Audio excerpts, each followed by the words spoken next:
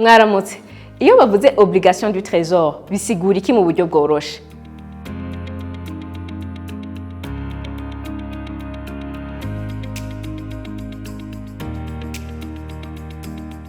Obligation du trésor ni urupapuro rutangwa na leta mu gihe bipfuza guhamagarira abanyamitahe kuyigurana amafaranga.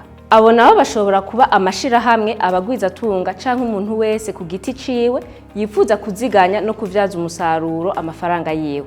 Ivyo biraheza bigafasha leta kugwiza uburyo bwo kuronka amafaranga no kugabanya kwizigira gukoresha imfashanyo ziva hanze y'igihugu gusa. Iyo umunyamitahe aguze obligation du trésor abaguranya amafaranga leta kugira izo yakoreshe mu kiringo kanaka.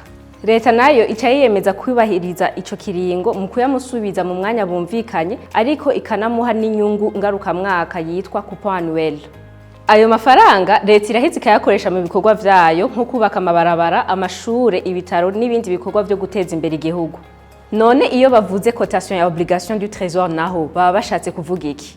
Cotation ni uburyo izo nyandiko canke impapuro zitangwa na leta zishirwa ku isoko ry'imitahe n'ubuyobozi bubijejwe kugira ngo uwuzifise ashobore kuzigurisha ku wundi mu gihe cose akeneye amafaranga yiwe imbere ya ca kiringo bumvikanye na leta.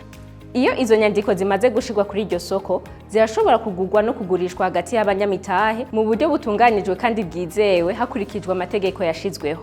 Dusozere tubamenyesha ko iyi yari bisigura iki ibafasha gutahura neza amajambo akoreshwa mu gutunganya amafaranga n'ubutunzi mu budandaji.